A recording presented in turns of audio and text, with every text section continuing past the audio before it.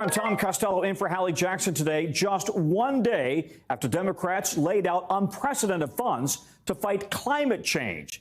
Today, President Biden is getting a firsthand look at just how badly the climate is impacting communities with a visit to Kentucky to survey the damage from devastating flooding that could get worse with more rain this week. Here's the president and first lady with Governor Andy Beshear in Lost Creek.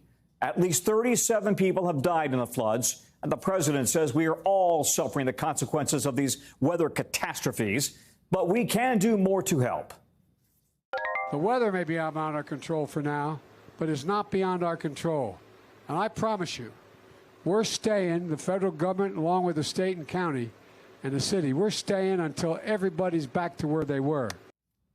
Yeah, the rivers are still overflowing after the 48-hour stretch that saw as much as 10.5 inches of rain.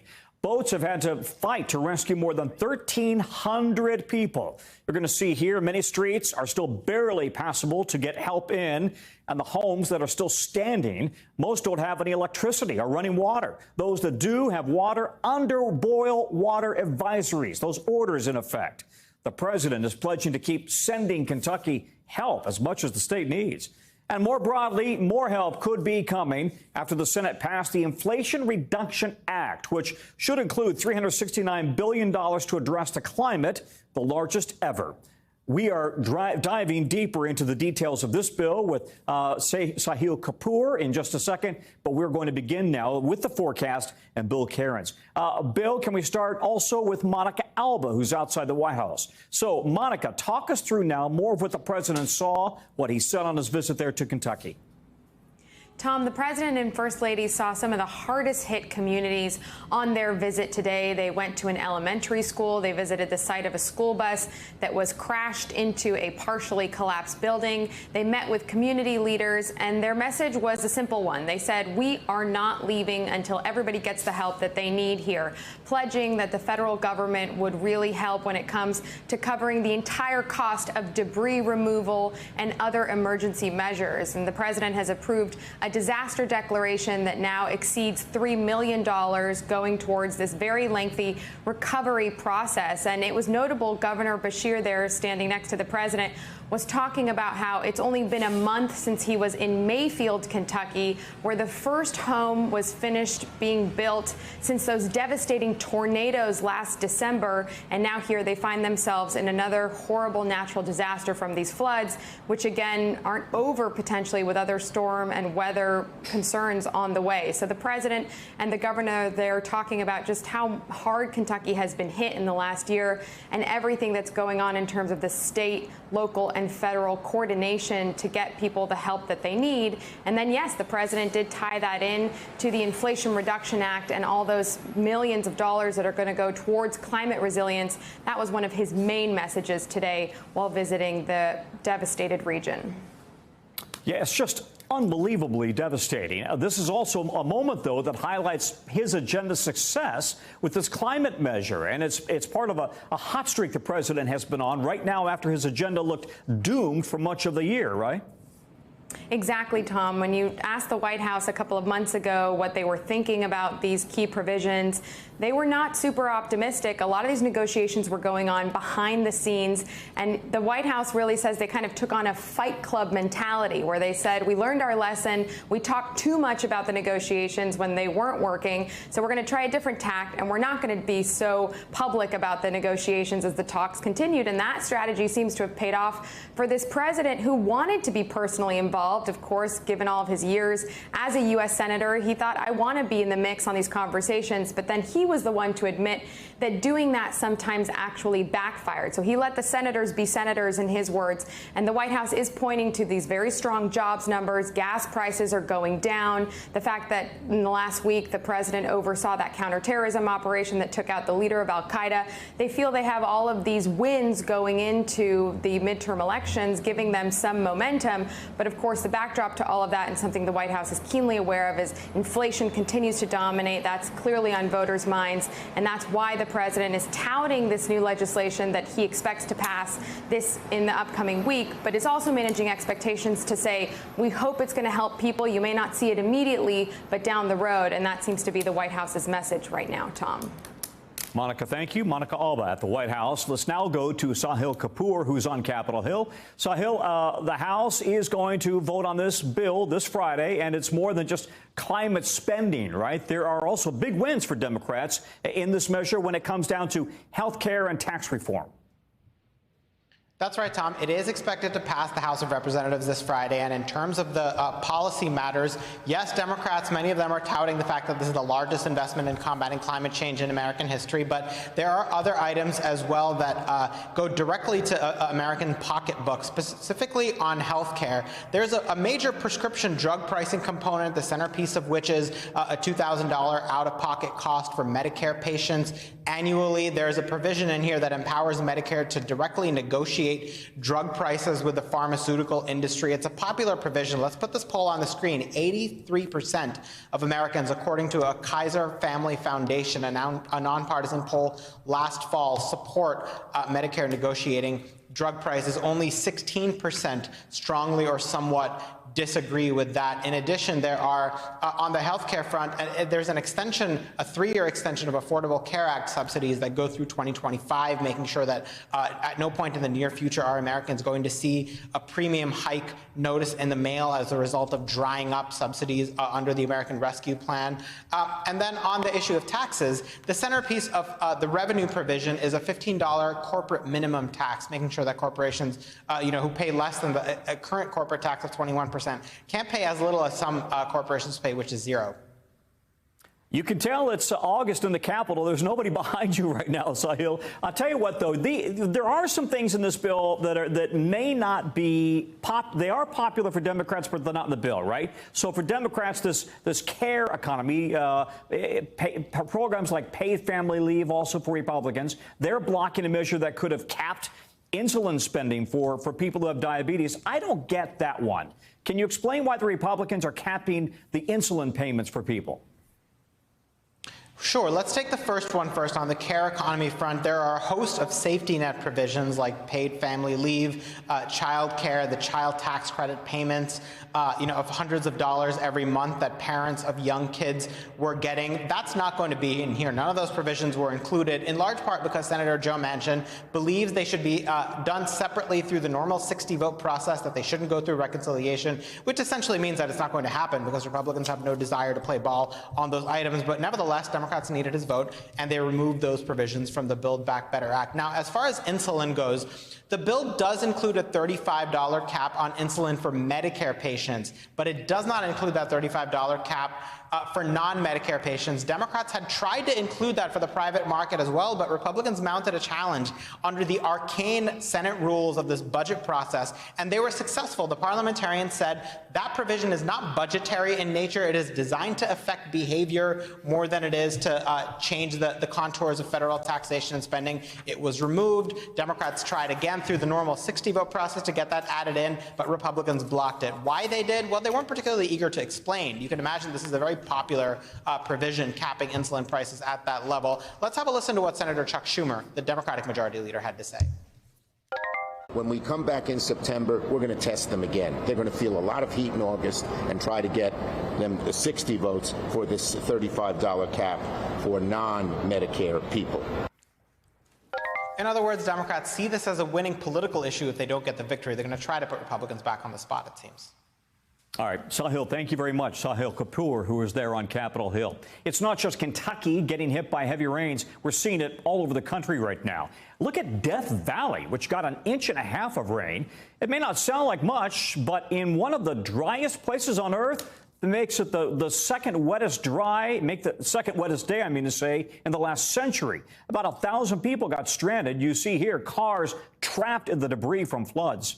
And in my hometown of Denver, Colorado, at one point, 4 inches fell in just an hour. You see cars just trying to power through the highways after rain there was just overflowing. Bill Cairns joins me now. So, Bill, there could be more rain coming of all places to Kentucky. Where else could we potentially see it? And what would the flooding situation look like?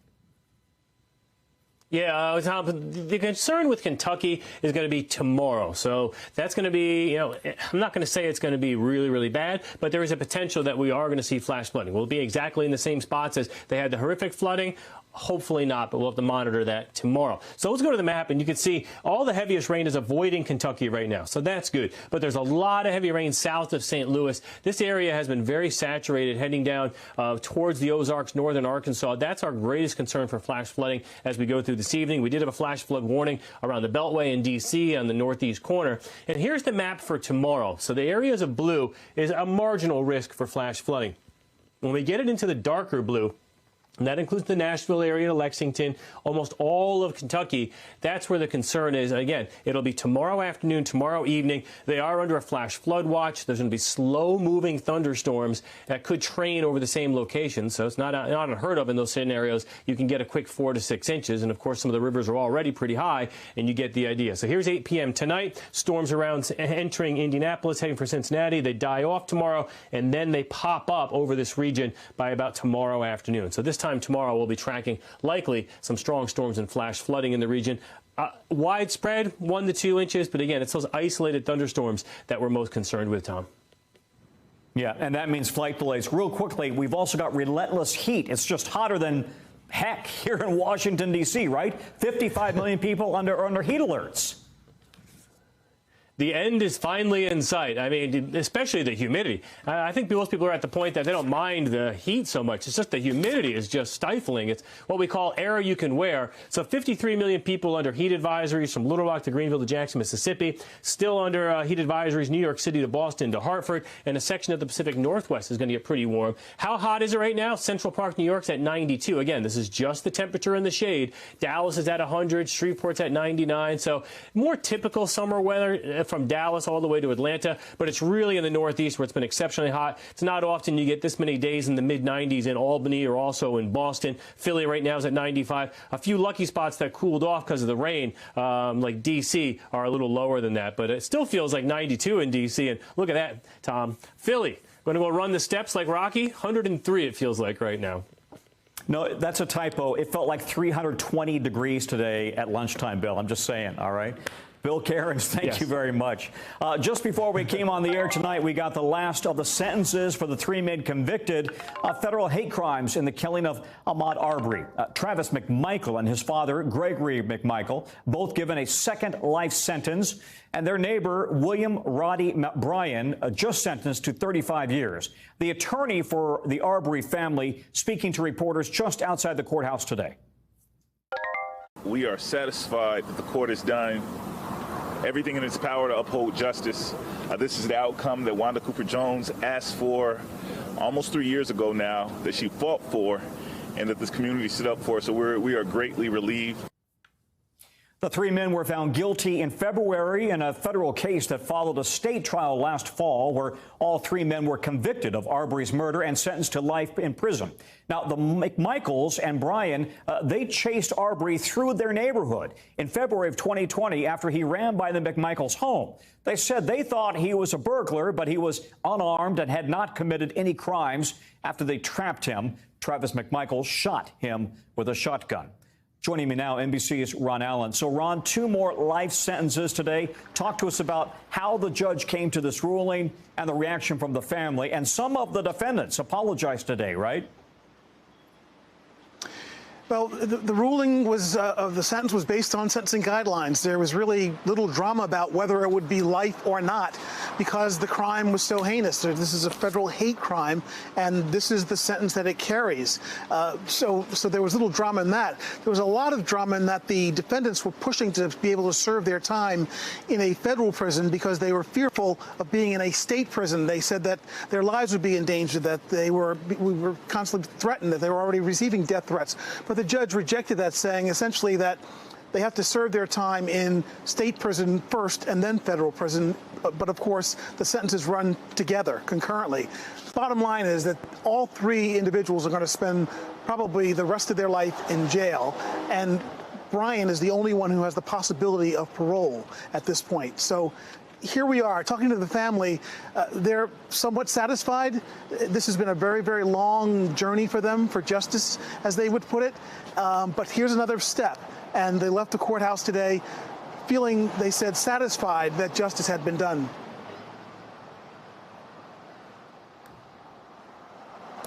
All right, I'm sorry, Ron. I thought we were going to toss to a soundbite there. But Roddy Bryan is the only one eligible for parole after the first sentencing for the murder conviction. So does this sentence affect his chances of getting out one day? Is that even realistic? Decades from now, the judge did a calculation thinking that he might be able to be released when he's 90 years old, some 35 years from now, because there's no parole in the federal system. He did not get a life sentence. The judge did see that there is some distinction between what he did and what the McMichaels did, especially the fact that Bryan did not have a firearm, did not have a weapon, and the McMichaels did. That was one big difference. And remember, Bryan was the third person to join the chase, while the other two were hunting Arbery down. But again, so life sentences, not a big surprise. The judge was rather stern, saying she was going to follow the book. She was not going to be lenient. There were some what were perhaps apologies. William Bryan saying to the family of Ahmaud Arbery that he was sorry about what happened. Gregory McMichael a little bit more vague in what he was trying to say, saying that their loss was incalculable and that he didn't have any malice that day, nor did his son. He apologized directly to his son, who was also one of the defendants, and to his wife, but not directly to Arbery's family. But here we are again, life sentences for the two and 35 years for the third. They'll be away for a very long time. Tom? All right, Ron, thank you very much. Ron Allen. Tonight, we are learning more about 4 Muslim men murdered in Albuquerque, New Mexico, and what police say they were likely targeted killings. The latest attack happening just this past Friday. A 25-year-old man from Pakistan. In the last 2 weeks, 2 others were also killed, also from Pakistan. The first attack that could be connected to all of this was actually back in November. Authorities released this poster asking for help IDing this car you're seeing on the screen right now. They say it was seen near the scene of the killings. The brother of the man who was killed in November says all of this violence is really getting to people there. Everybody is scared. They say we are not safe anymore. Some people, they already want to leave the city.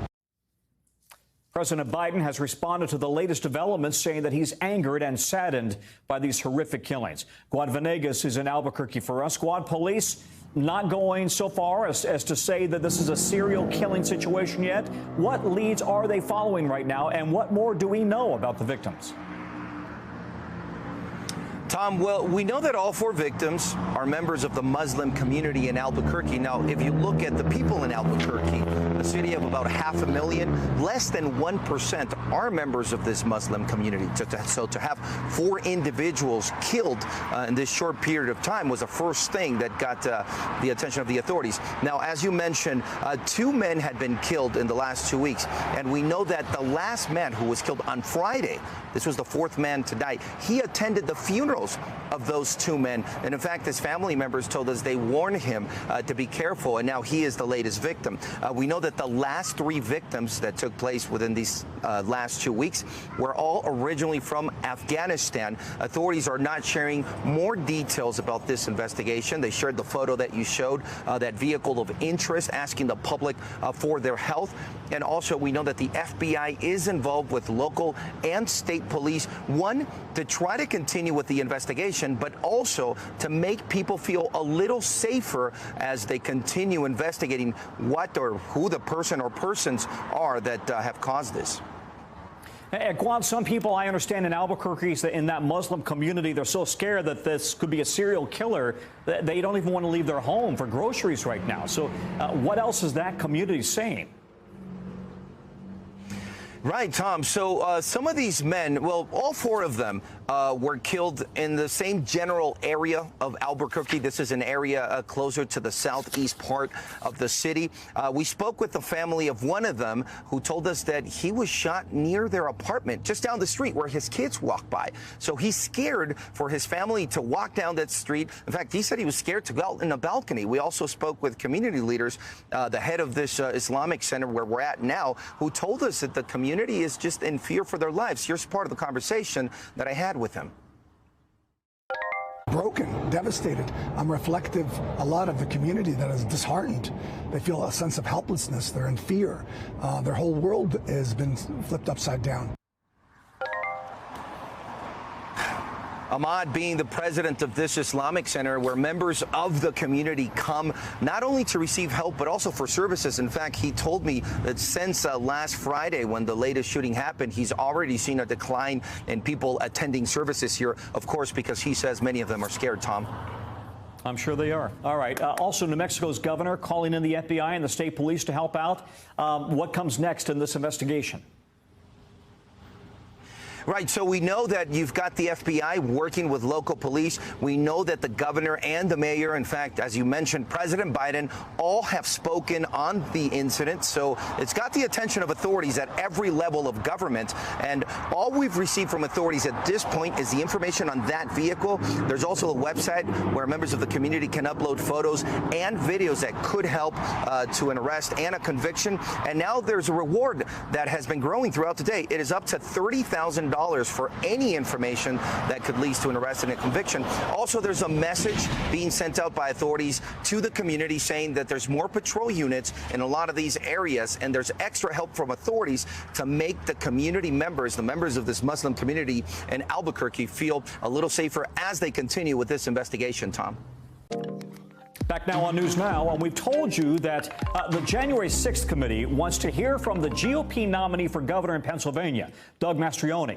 Well, tomorrow he will appear for a deposition in front of the January 6th committee, that according to his attorney.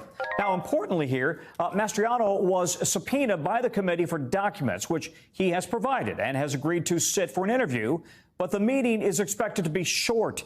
His attorney says there is a dispute about the terms of his appearance. Now, Mastriano was seen outside the Capitol on January 6th and sent letters urging lawmakers and the DOJ to overturn the 2020 election results. Primary day in battleground Wisconsin tomorrow is setting up yet another test of the future of the Republican Party. The big race there, the GOP nomination for governor.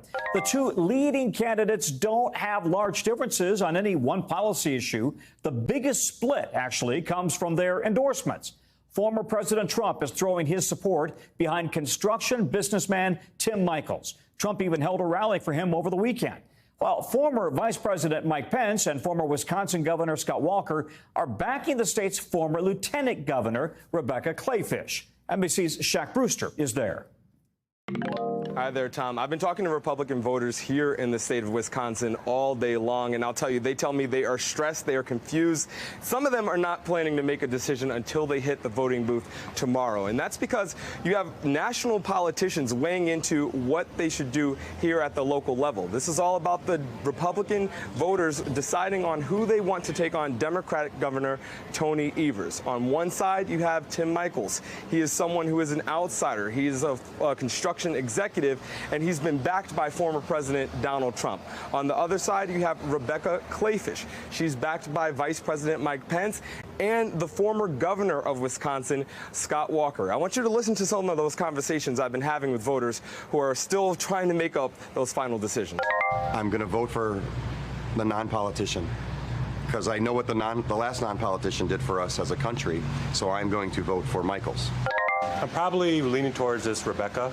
I'm not that big of a fan of Trump. I'm going to go with Trump.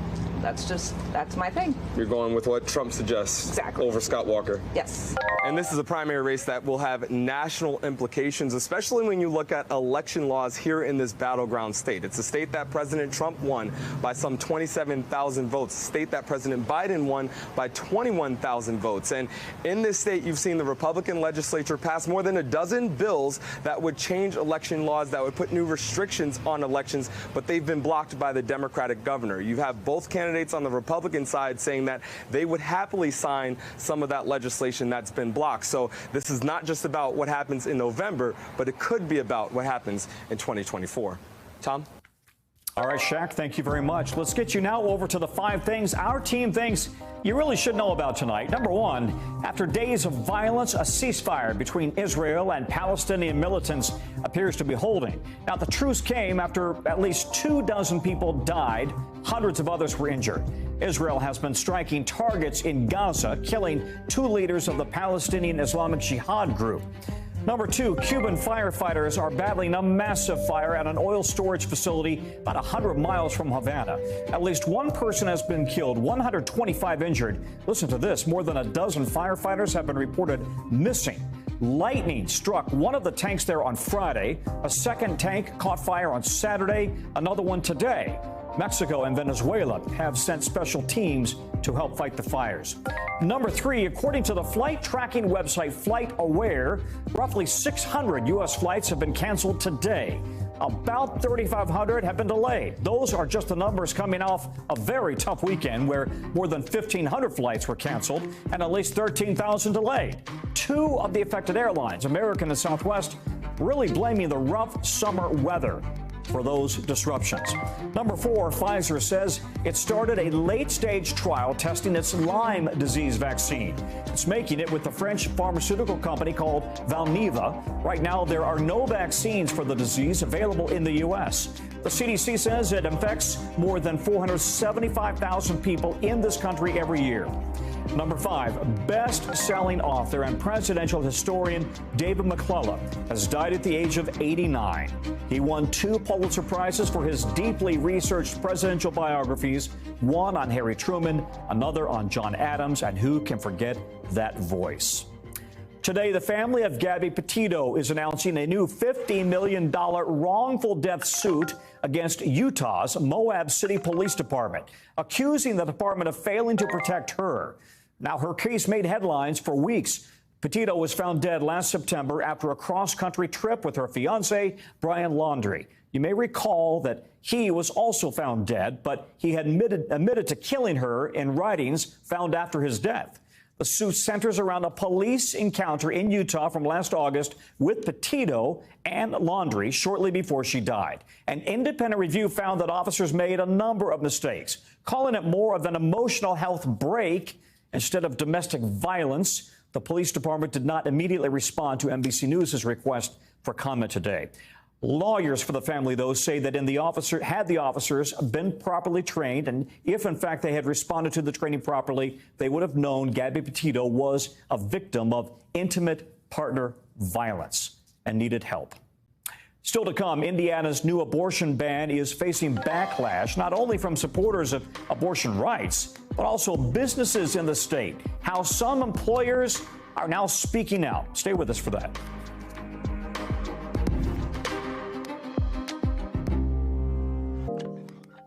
Back now, and 2 companies with a huge presence in Indiana are criticizing that state's new abortion law that's set to go into effect next month. Eli Lilly, the pharmaceutical giant with over 10,000 employees there, says it's actually planning future growth outside of Indiana because of the law. That's big, considering the company has been there for over 145 years. There's also Cummins, an engine manufacturing company that employs about 10,000 people. It says it opposes the law, adding that it's going to make it really hard to attract and retain top talent in Indiana. The law was signed Friday by Republican Governor Eric Holcomb, banning abortions unless a pregnant woman's life is at risk, and it does include exceptions for rape and incest. NBC's Antonia Hilton joins us now with more. Antonia, it was just a few days ago the abortion bill was signed. What more do we know now about how these companies plan to not only speak out but act out? Well, Tom, as you mentioned, this is about the ability to attract and retain employees. And that's because abortion isn't just a women's issue. It's going to affect families and family planning and people's decision making about what states they want to move to or live in. And, you know, the state of Indiana is surrounded by places like Illinois and Michigan, where abortion services, at this time at least, remain available. And I think it's possible we're going to see leadership in some of those other states court corporations like Eli Lilly or Cummins, as you mentioned, because they're going to try to be competitive in this. And so this is about sending a signal to your current employees, to your future employees. But it's also, of course, about consumers too, right? A signal to them about where they stand on this issue, because the majority of Americans support access to abortion. And so they see this as potentially wildly unpopular and eventually having an effect on their ability to properly run their companies in the state of Indiana, Tom. Well, this is a very red state, of course. Eli Lilly, of course, is a huge player there, as we have seen. What reaction do we expect from the state to these companies making these comments? Well, you mentioned that it's a red state, but I think it's important, right, to put it in contrast with what we just saw happen in Kansas. Even in red states, there's still major support for abortion. So in Kansas, you know, overwhelmingly, people rejected a move to try to further restrict abortion. And so there's concern that, you know, in Indiana, this wasn't a public referendum. It's not that everybody got to go to the polls and have their voice heard on this issue. Lawmakers took issue or took steps to now regulate this themselves. And so that's a sort of key issue that I think gets at what people are going to be concerned about in terms of fallout as we head toward elections, but also in terms of fallout in terms of relationship with employers. And when you look at what these employers, Eli Lilly and Cummins, have said to their current employees, it's that they already tried talking to lawmakers. And so, you know, Tom, what I think that suggests is that they feel they haven't been heard at this time. But they're certainly going to end up back at the table, because one indication that we got is that this fight isn't really over, even in the state of Indiana. There are some Republicans who feel that this didn't go far enough. They didn't want any exceptions available at all. And then, of course, there are Democrats who are looking at both their legal and their political options to get this law off the books now, Tom. Yeah, Antonia, thank you very much. Antonia Hilton. And now for today's original with in-depth reporting on a topic that we've been keeping an eye on. We've just been talking about how reproductive health care has increasingly become a hot-button topic for some companies, and we're now starting to see more and more of them offer fertility benefits to their employees. We've all heard about the reputation of the tech world and their employment perks, the snacks, the on-site haircuts, free oil changes for your car. But with the Great Resignation in full swing, it's become hard for companies to hang on to their people. And so now we're seeing egg freezing, IVF, and others emerging as a whole new category of benefits up for grabs. Jake Ward has the story from California. As he settled into a new job, Matt Kelly and his wife were struggling to have a second child. My wife and I, our challenges were never specifically with having or getting pregnant. It was with keeping the baby through the pregnancy. My wife and I endured through several miscarriages. But his employer, Verkada, like many tech companies, offers fertility benefits that reimburse employees for the cost of adoption, IVF, and other procedures. I think about somebody in a sales position in, say, the 1950s at a major company who would keep this entirely private, would be suffering miscarriage after miscarriage with their partner. When you think about people in your role, you know, 50 years ago, I mean, what a different world that must have been. Yeah, no, it's true. It's one of those things where I think, in general, companies are becoming more empathetic to their employees. In a way, they have to be. Analysts predict that 20% more Americans will quit their jobs this year, and tech workers are famously difficult to keep around. There is very often a criticism of companies for just treating diversity and inclusion as a numbers game and trying to get people through the door. So I think this is a good example of companies and HR departments trying to think beyond that. I had jumped to a couple companies more than I had liked in the last year and a half. For Hallie Johnson, Verkada's fertility benefits offered her and her wife a reason to stay. It's been a no-brainer that I want to be here as long as I can and grow with the company. It's a pretty cutting-edge idea, a company paying for its employees' efforts to have kids. Is there anybody you've had to explain this to who's been like, what? They do what? Really? They pay for that? Like, yeah, my parents, I think they had that sense of relief just like I did. When I told them, they were like, you're just in a bit of a shock of, I didn't know this was a thing that could be a benefit. The women that I speak to that are taking advantage of this, I think it makes them feel valued. It makes them feel that their employer is committed to them over the long term. Why do you think it's worth it to a company like this to pay for this sort of benefit? Verkada isn't focused on churning and burning me, right? Which is a common thing in Silicon Valley. It absolutely is. Now, Kelly's benefit seems to have done its job. I'm very grateful because, actually, my wife currently, we're pregnant with twins. It used to be that on top of big salaries, dorm room entertainment, free snacks, some beer was enough to draw a young person into a company. I love the fact that in our industry we're able to play ping pong, right? But by all means, this is something that impacts a person's life for generations to come. Fertility benefits may be a sign that the industry and its workforce are growing up. Boy, Jake, we are really rewriting the way that employers interact with their employees here, right? That traditional tension between work and family. So how does this play out then? I mean, if employers are going to be a heck of a lot more accepting, encouraging of families, then that might make things a little bit easier for women in the workplace. What are your thoughts and what are you hearing? That's absolutely right, Tom. I mean, it's a really interesting question. I mean, if you think back to the 1950s and the first few decades in which women were in any way able to come into the workforce, there was this sort of devil's bargain where they had to trade their best years for starting a family for the chance to be in the workplace. That was a terrible thing across the industry. And yet we're now in this weird place where, because tech talent is so scarce, these companies are creating this incentive that just turns it all on its head. People are incentivized to stay at a particular company and incentivized to be able to have a family. Now, of course, it's important to note here, Tom, that all of this comes as the United States remains one of the few developed nations in the world to not at all offer federal paid family leave. But the fact that the private sector is stepping in here with this benefit is a really amazing sign of the times, Tom. Yeah, it'll be interesting to see if that moves beyond Silicon Valley to the rest of the country. Jake, thank you. Coming up, why people are protesting inside the metaverse and the impact it could have in the physical world, too. We'll be right back.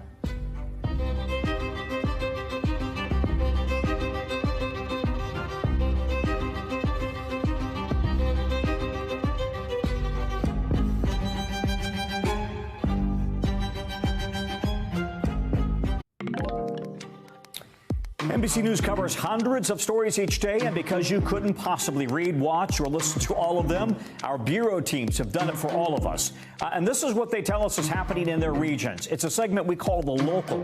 From our Midwest Bureau, Cincinnati police say 9 people were hurt in a mass shooting there on Sunday. They're still searching for suspects. None of the victims have life-threatening injuries.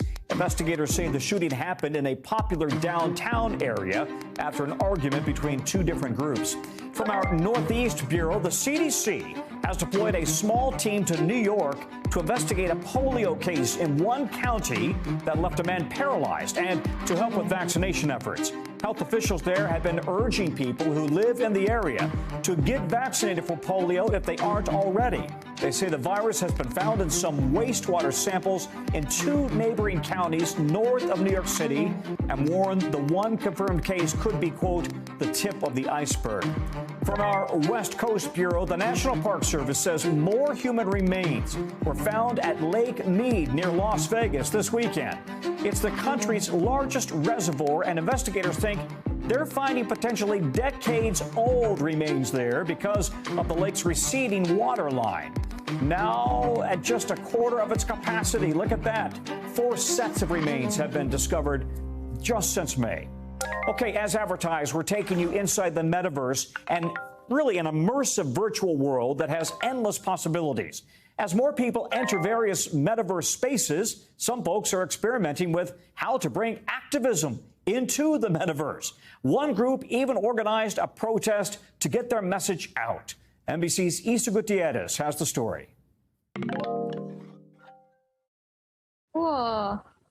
Whoa. This is my first outfit change in the metaverse. It's a custom NFT, one of only 48. And unlike other NFTs, it didn't cost thousands of dollars. It's free and was created by Halfway, a group of collaborators who organized one of the first viral protests ever in the metaverse. We did way better than I thought we were going to do in terms of people participating and being able to log in, being able to receive the wearable. The demonstration of nearly 40 people took place in Decentraland, right here in Samsung's digital flagship store. I feel like you'd be kicked out pretty quickly if you went inside a store protesting in the physical world. Right. Decentraland is an emerging metaverse space, a 3D virtual world where users explore and can purchase digital real estate. You don't need 3D goggles to get in. You can use a laptop. The group says it was protesting the rapid commercialization of the metaverse. There's no direct statement against Samsung. This location was not selected to specifically target the brand, but it was rather a very current embodiment of what we were talking about. Samsung did not reply to NBC News' request for comment. Is it possible in the metaverse to put that type of pressure on corporations in the way that we've seen protests in the physical world can? If a certain brand were to be in the news because their metaverse property has been taken over by protesters for 72 hours, I think that has potentially equaled the impact of a similar thing happening in the physical world. Social protest mobilization plays a really big role in the physical world. Do you foresee it becoming a big part of the metaverse as well? I think it could be a good alternative for not being able to protest in the physical world because it comes with too much risk. Guy Goldenberg, co-founder of Ukraine-based tech group Multi-NFT, knows that risk. My mother was arrested protesting in a real physical demonstration in Moscow. His group held a protest against the Russian invasion of Ukraine inside the metaverse. If she would have been able to do that without having a physical consequence, but still having a social meaning and an impact, that would be amazing. While groups like Halfway and Multi-NFT experiment in this new frontier, some experts are thinking ahead about what users like activists should watch out for. In the social media world, people were willing to get their privacy invaded. The metaverse will be worse in that sense because people will get so much of engagement and entertainment and immersive experience that they may be willing to actually compromise a lot of their privacy. That grim digital reality might be around the corner, but for now, groups like Halfway are more concerned about another hurdle for metaverse protests, the knowledge gap. It was always a little bit difficult for me to get into that world because it's a very different language, different codes, and I'm not a very technical person. Inez Piso entered the metaverse for the first time last January to join the protest in Decentraland. She says Halfway trained everyone for more than 2 hours on how to navigate the space, something the group says they'll continue to do ahead of any future projects. That was maybe more than the protest itself. That was the power of that day. Isa Gutierrez, NBC News. Isa, thank you. When we come back, Mike Tyson says heads will roll over a new Hulu series based on his life. How he's hitting back at the streamer, coming up next.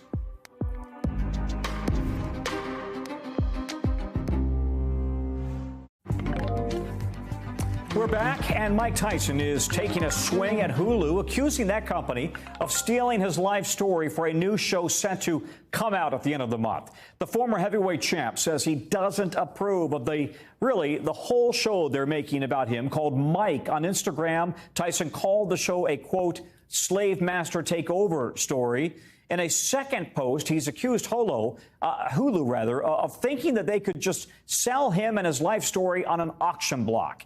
Tyson says Hulu did not ask for his permission or give him compensation for telling the story. And this isn't the first time he's brought up that he isn't okay with the project. Last February, after Hulu approved the show, Tyson called it a tone-deaf cultural misappropriation of his life story. Hulu declined to comment on the matter when we asked. Last week, during a press tour, one of the series' showrunners said they wanted to tell an unbiased story about Tyson. So let's bring in Danny Savalos, who can help us out a little bit here. Danny, we had a big conversation about this today in the newsroom. Tyson has been in the public eye for decades, a boxing star, a heavyweight champ, a celebrity marriage. He's a controversial figure, but that all makes him a public figure, right? So does that mean Hulu can do this without his permission? With limitations. Of course, they cannot publish false statements about Iron Mike Tyson. Of course, if he believes they're publishing false statements, then he's essentially going to have to pay lawyers to sue them for defamation. And of course, Mike Tyson has his rights to publicity. However, because he is a famous person, as long as they are not using, for example, video that was copyrighted through a network, that's stuff that Mike Tyson no longer really owns. So to the extent they're using public facts in their unauthorized biography, essentially, those are allowed. But it is a very tricky area of the law. And unfortunately for plaintiffs or would-be plaintiffs like Mike Tyson, it can be very expensive to pay a lawyer to find out whether or not a prospective defendant has violated your right. And we've seen this before, right? I mean, earlier this year, Hulu released Pam and Tommy based on Pamela Anderson and Tommy Lee's relationship. Anderson said that she would not watch it, apparently upset that the show was a violation of her privacy. What determines who is a public figure and for how long? Can you go from being a very public person to a private person? I think a lot of us are kind of curious about that.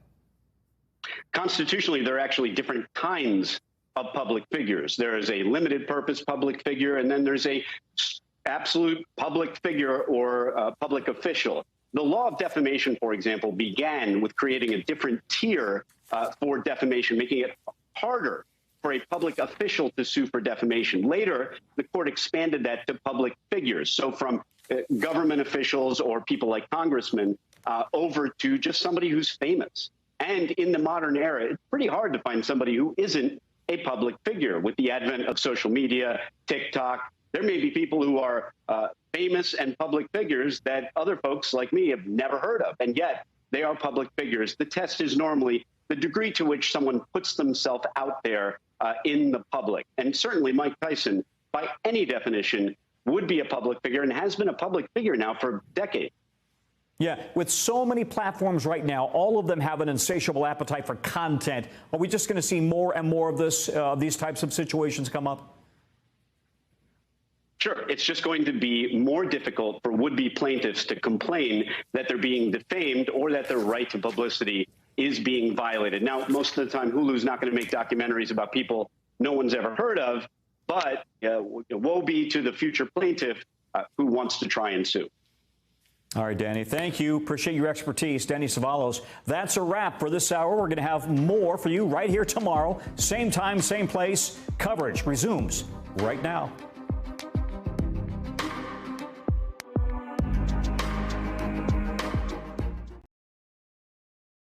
Thanks for watching our YouTube channel. Follow today's top stories and breaking news by downloading the NBC News app.